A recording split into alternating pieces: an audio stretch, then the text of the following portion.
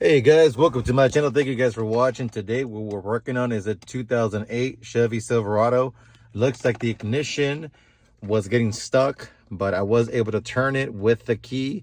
So you just play with it a little bit. Next thing you know, it opened. Then I got my little GM tool. So now we're gonna take the ignition out. So I did get it popped out. So you just put it in there and then you play around with it to pop out this ignition cylinder. So after wiggling it a couple times, we got the ignition cylinder out. So you just play around with it. There's a little lock in here. And then we just pull that ignition cylinder out and put a new one.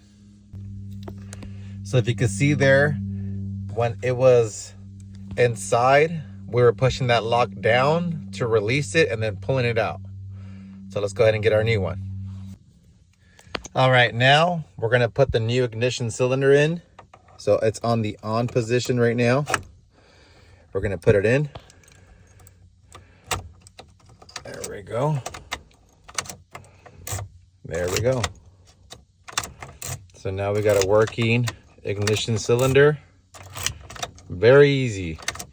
So now I'm gonna go ahead and program these keys, or maybe just clone them, depending on what I wanna do. Okay, so on these Chevys, you do have to wait a 10-minute security bypass when you start programming keys, but we did have a working key. It just wasn't turning the ignition, so the ignition cylinder was bad, but this key is programmed into the vehicle. So what we're gonna do is we're gonna clone this key, cut a new key, and have a working key for this car. So that's what we're gonna do. So we're gonna hit clone. It's an ID 46. Start. 46 transponder clone.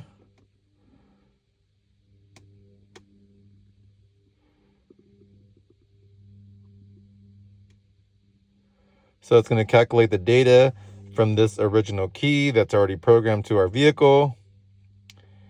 No internet, so let me turn my hotspot one moment. Now that we're connected, we're going to go ahead and start the clone all over again because it does need the hotspot or Wi-Fi or some sort of internet connection. It's checking the key.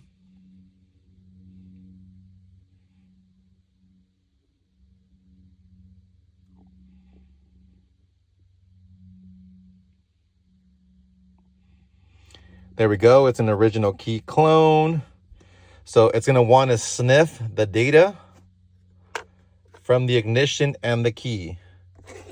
So what we're going to do is put the back of the original key into the ignition and turn the ignition and sniff the data. So let me see if I could do this. All right, so we're going to get our Xhorse.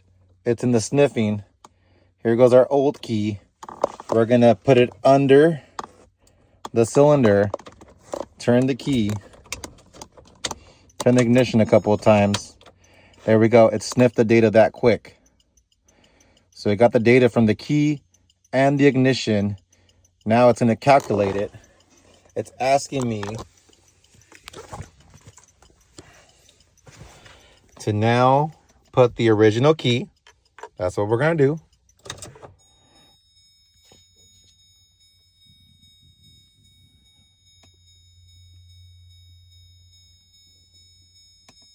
So there we go.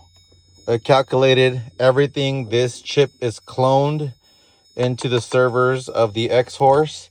Now we're gonna get our super chip and upload the data to the super chip. One moment. So here we go, super chip. So if you can see here, calculated the data.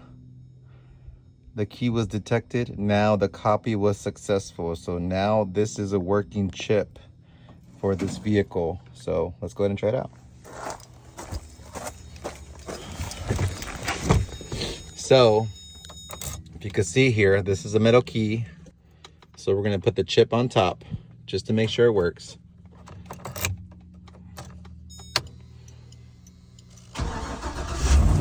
There we go. See that security light? Gone.